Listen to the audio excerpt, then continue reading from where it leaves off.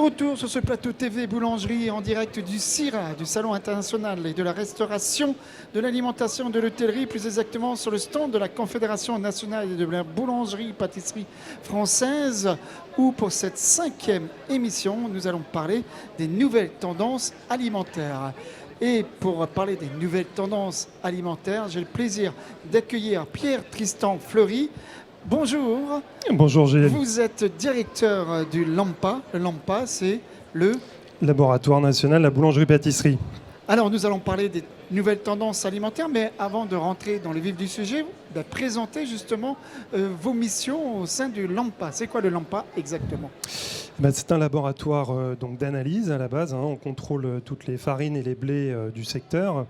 On a quasiment la moitié des meuniers français maintenant qui passent par nos locaux. Et puis, c'est également une structure de connaissances techniques, puisqu'on est labellisé par le ministère de la Recherche pour nos travaux de recherche.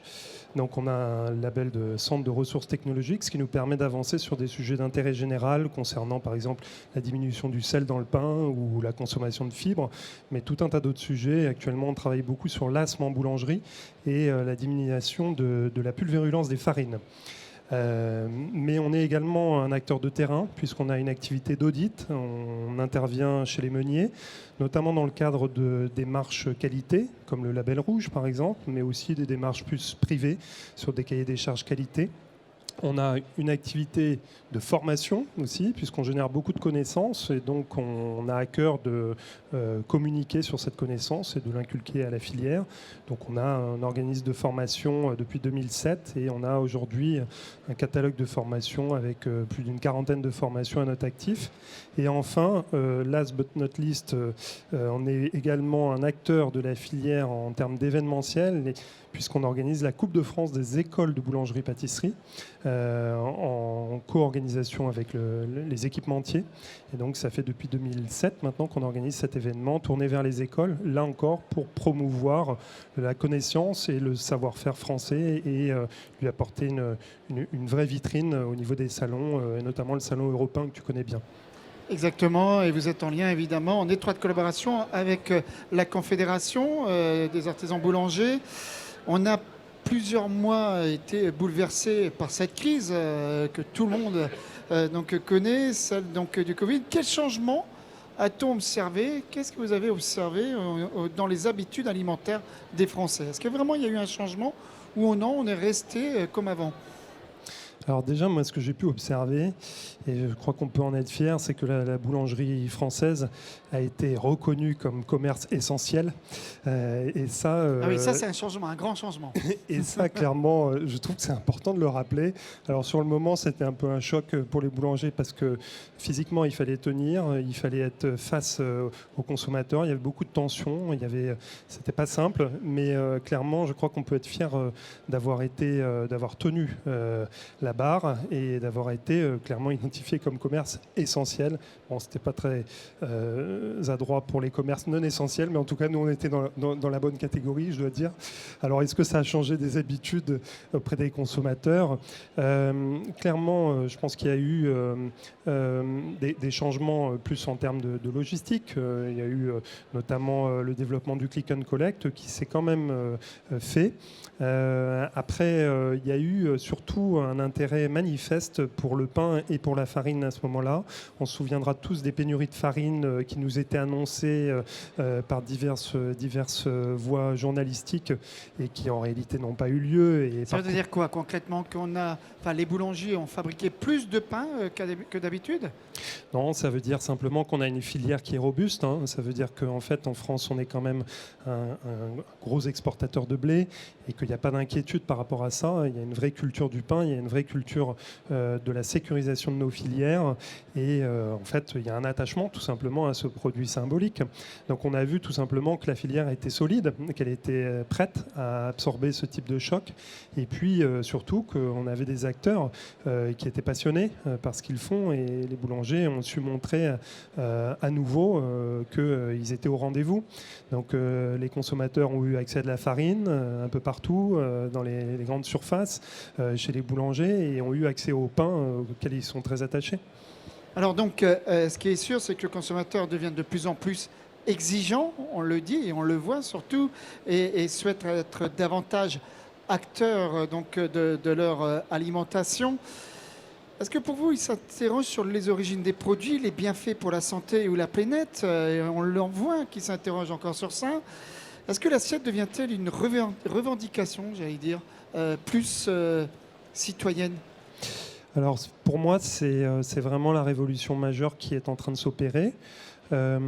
C'est-à-dire que, bien sûr, on parle beaucoup de consommateurs, en disant oui, consommateurs, effectivement, sans faire de jeu de mots, mais en fait, ce que je pense vraiment, c'est qu'on s'oriente lentement mais sûrement vers une boulangerie engagée, une boulangerie qui va de plus en plus avoir, bien sûr, à proposer des produits de qualité, et c'est le cas, puisqu'on a vraiment le prérequis maintenant, c'est des produits avec un goût qui surprend, un goût extraordinaire.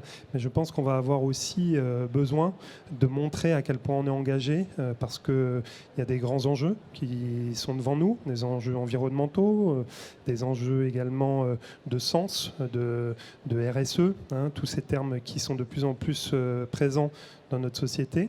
Et puis il y a une envie de sens de la part du consommateur. On a vu dans les années 2000, c'était la filière bio qui était assez avant-gardiste et qui était au début un peu raillée, un petit peu chahutée, mais on voit clairement qu'elle s'impose. Et depuis 5 ans, on a une multiplication des labels qualité, qui sont tous porteurs de messages, parfois difficilement audibles, mais qui clairement répondent à des attentes de plus en plus de la part de consommateurs qui veulent comprendre, qui veulent savoir, qui veulent comprendre d'où ça vient, comment c'est fait et dans quelle mesure ils agissent avec leur porte-monnaie sur les années futures. Alors, durant cette crise, on l'a vu, le fait maison, c'est ce qui est recherché, visiblement, ces consommateurs. Le fait maison est revenu à l'honneur, en quelques mots. Donc, durant ce confinement, on a même vu de nombreux Français fabriquer leur pain chez eux. Est-ce que pour vous, c'est plutôt une tendance ou ça va perdurer ? Alors, clairement, il y a un attachement fort aux produits de panification. On ne va pas enfoncer des portes ouvertes, mais le pain, c'est quand même un produit avec une forte symbolique. Et on en est tous le garant et le détenteur. On a vu effectivement beaucoup de gens qui se sont lancés dans la fabrication de pain.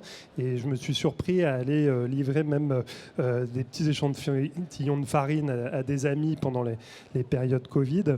Bon, ça fait partie du folklore, c'est-à-dire que clairement... C'est une tendance, ça passera vite fait. Rapidement, on voit que c'est quand même un métier. On n'est plus dans le confinement, donc là vous voyez aujourd'hui qu'ils sont revenus à chercher leur pain, leur baguette en boulangerie. Oui, clairement, ce sont des gens qui ont effectivement aimé faire du pain parce qu'il y a cet attachement, mais qui ont bien sûr compris que c'est un métier exigeant, c'est un métier d'une grande technicité, et c'est un métier qui nécessite de s'y connaître. Mais ça nous a montré à quel point cet attachement il est viscéral des Français au pain, et je crois que ça a renforcé l'attachement des Français au pain. Alors effectivement, c'était en lien aussi avec le confinement. On s'est dit de toute façon on est chez nous, on va pouvoir tout faire, et le pain aussi. Et donc on voit bien que ça a changé. On est revenu aller chercher sa baguette de pain chez son artisan boulanger, et c'est plutôt tant mieux, j'allais dire. C'est un métier, comme vous le disiez. Alors, il y a quelques instants, vous me disiez que les consommateurs sont de plus en plus sensibles à une alimentation saine. On parlait de bio, entre autres, mais il y a le côté local, le côté vegan, le côté sans gluten, et j'en passe évidemment. Est-ce que les boulangers aujourd'hui répondent à cette tendance ? Alors les boulangers, en tout cas, entendent ce bruit de fond. Je dirais que c'est plus qu'un bruit. Ils sont bombardés d'injonctions contradictoires. Mais clairement, ils font la part des choses. Et ils ont bien compris qu'effectivement, ils avaient un rôle à jouer en tant que commerce de proximité, que la question du local, c'est clairement quelque chose qui résonne chez le boulanger, au même titre qu'auprès d'acteurs de meuneries locales, par exemple, qui sentent qu'ils ont une carte à jouer sur sur ce sujet-là, parce que effectivement, commerce de proximité, c'est une garantie d'emploi pérennisée localement, et le boulanger le sent viscéralement également, ça. Et il sent qu'il a un rôle à jouer et qu'il est en capacité à le faire. Je pense effectivement que cette mutation, le boulanger est détenteur des clés pour la mener à bien, cette mutation. Et il se lance dans le bio, il se lance dans des signes qualité diverses. La difficulté qu'il a aujourd'hui, c'est peut-être de réussir à communiquer sur tout ça, parce qu'il ne faut pas oublier qu'en boulangerie, le temps de relation avec l'acheteur, il est en moyenne de 30 secondes. Donc 30 secondes, on ne peut pas demander tout et n'importe quoi au boulanger, on ne peut pas lui demander de faire passer un message compliqué en 30 secondes.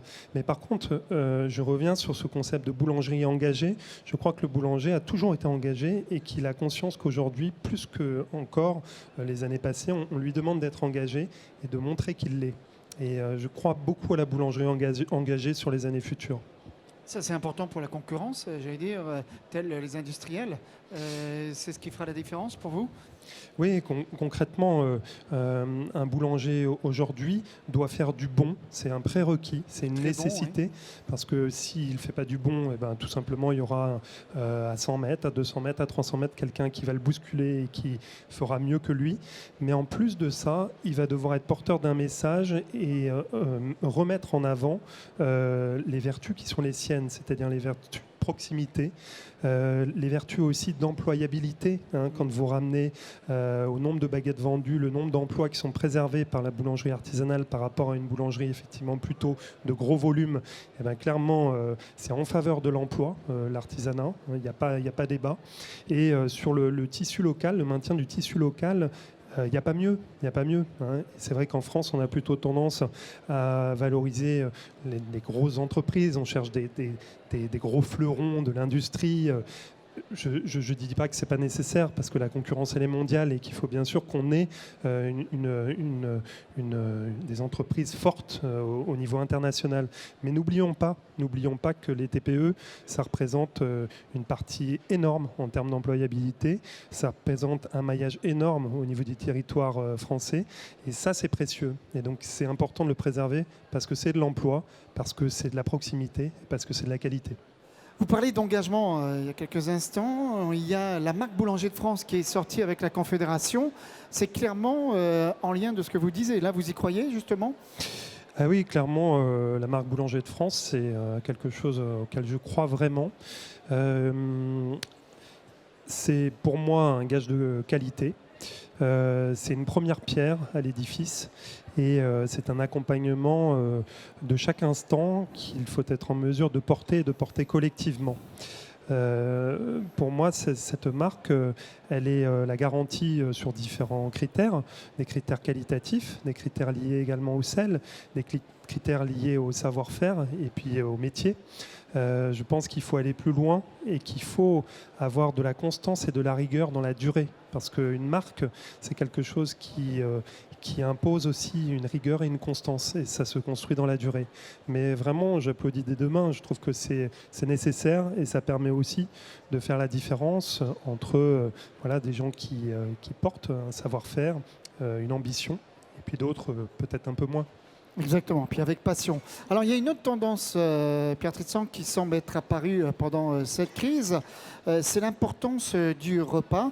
On ne se met plus à table que pour manger, par nécessité, mais aussi pour partager du plaisir, pour avoir même critiqué les plats, donc après des dégustations, de même qu'on n'achète plus du pain par nécessité, mais aussi pour se faire plaisir, une bonne baguette de tradition, bien cuite ou moins cuite, ça c'est selon évidemment les consommateurs, et aussi pour préserver sa santé d'ailleurs, hein, pour acheter du bon, hein, vous le disiez.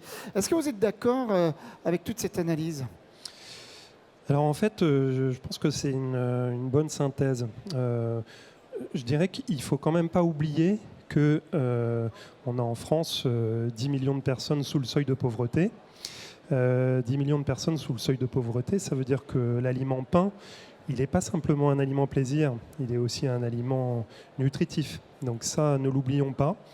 Et les boulangers sont là aussi puisqu'ils sont présents auprès des associations, auprès de différentes associations qui collectent les invendus et qui sont ensuite valorisés auprès du Secours catholique, auprès de tout un tas d'organisations de valorisation pour les plus démunis. Donc bien sûr, la notion de plaisir, c'est une chose, mais n'oublions pas quand même ces personnes-là qui représentent une frange importante de la population française, d'autant plus eu égard à la crise sociale qui pourrait se présenter à nous dans les mois à venir.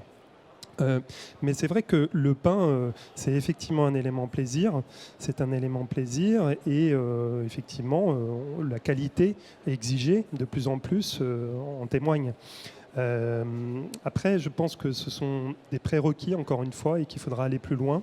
On le voit, nous, on a de plus en plus de demandes sur des pains plus nutritionnels, au niveau, par exemple, du mélange entre farine de blé et puis légumineuse, sur des pains dédiés plus pour des personnes en difficulté cardiaque, avec la substitution du sel dans le pain. On nous demande aussi des solutions pour les cœliaques, pour les hypersensibles au gluten.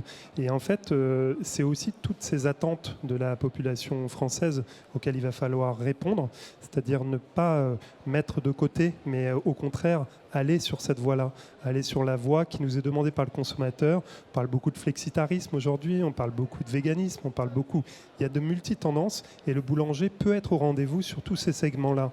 Et je pense qu'il est temps d'y aller, c'est-à-dire faire du bon, c'est une chose, faire du santé, c'en est une autre, et il est temps d'y aller. Alors, j'allais dire, vous avez peut-être à moitié répondu à la question que je vais vous poser avant qu'on se quitte.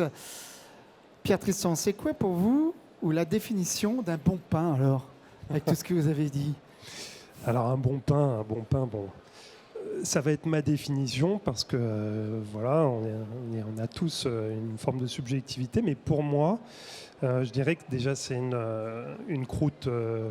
qui chante en sortant du four, qui croustille, une croûte odorante, une croûte avec des notes noisettes, des notes aussi caramel un peu. Hein.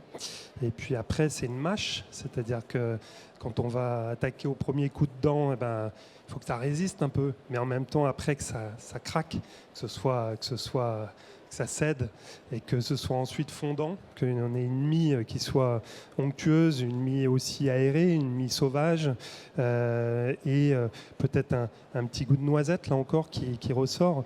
Et puis je pense qu'il faut surtout que ce soit un voyage, hein, c'est les 5 sens, c'est le visuel quand on arrive dans la boulangerie, c'est les couleurs chaudes que l'on peut avoir, le rouge, le marron, l'orange, tout ça sont des couleurs qui appellent.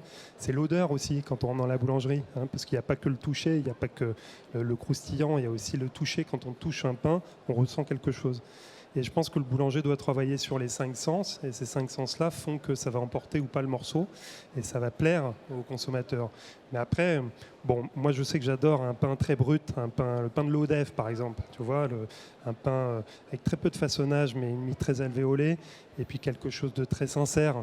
Je pense que c'est un bon résumé de ce que j'aime dans le pain. Mais après, encore une fois, tous les goûts sont dans la nature. C'est votre résumé, en tout cas, il a été bien dit. Et merci beaucoup, Pierre Tristan Fleury. Je vous rappelle que vous êtes directeur du LAMPA, du laboratoire, plus exactement national de la boulangerie-pâtisserie. C'est où exactement où vous êtes situé? On est situé à Rouen, hein, dans les locaux de l'Institut national de la boulangerie-pâtisserie. Et donc, on existe depuis 25 ans maintenant. Et on est très content d'accompagner la filière sur tous ces aspects. Merci beaucoup, Pierre Merci, Tristan. Voilà, c'est la fin de cette émission. Nous nous retrouvons dans quelques instants pour la 6e émission déjà. Allez, on vous souhaite un très bon salon ici sur le stand de la Confédération nationale et sur le CIRA. Ça va de soi. Bye bye.